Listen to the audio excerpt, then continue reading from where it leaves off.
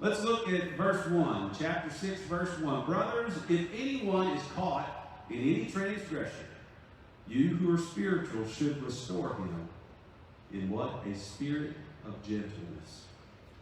And then he says here, keep watch on yourself, lest you too be tempted.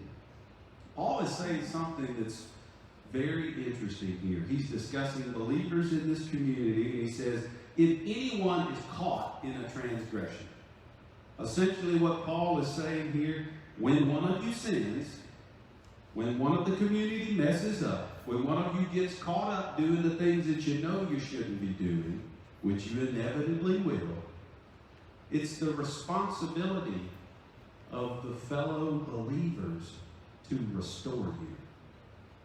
It's our responsibility, and we do it with a spirit of gentleness. He also says, be careful, because you could fall for the same sin or some other sin.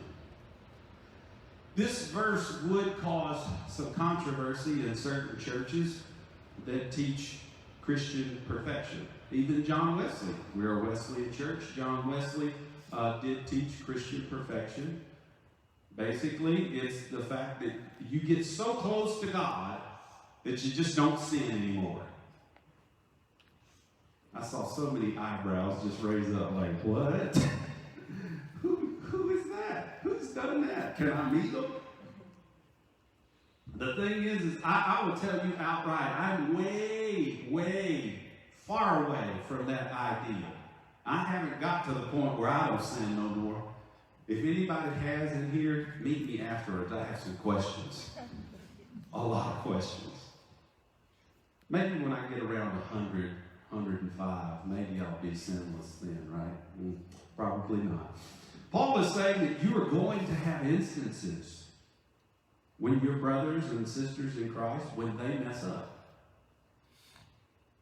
Don't let them just figure out on their own. You need to be there for them. You need to come to their aid. The whole reason we call ourselves a church family and not just church acquaintances is because we're supposed to act like family. When we do go to them, when we find out that someone's been dealing with some sin, we need to go to them in a spirit of gentleness. And maybe I'm just the naive, young, new pastor, but in my entire life, I've never seen someone come to faith in Jesus by the cruelty or the anger of someone who claims to be a believer in it. I always laugh when I see these folks with these signs that say all sorts of things. And there's a particular church, I don't even know if you'd call them a church, they're more of a political organization out there in Kansas, I believe it is. And they wrote a song, and they used to sing it in their church.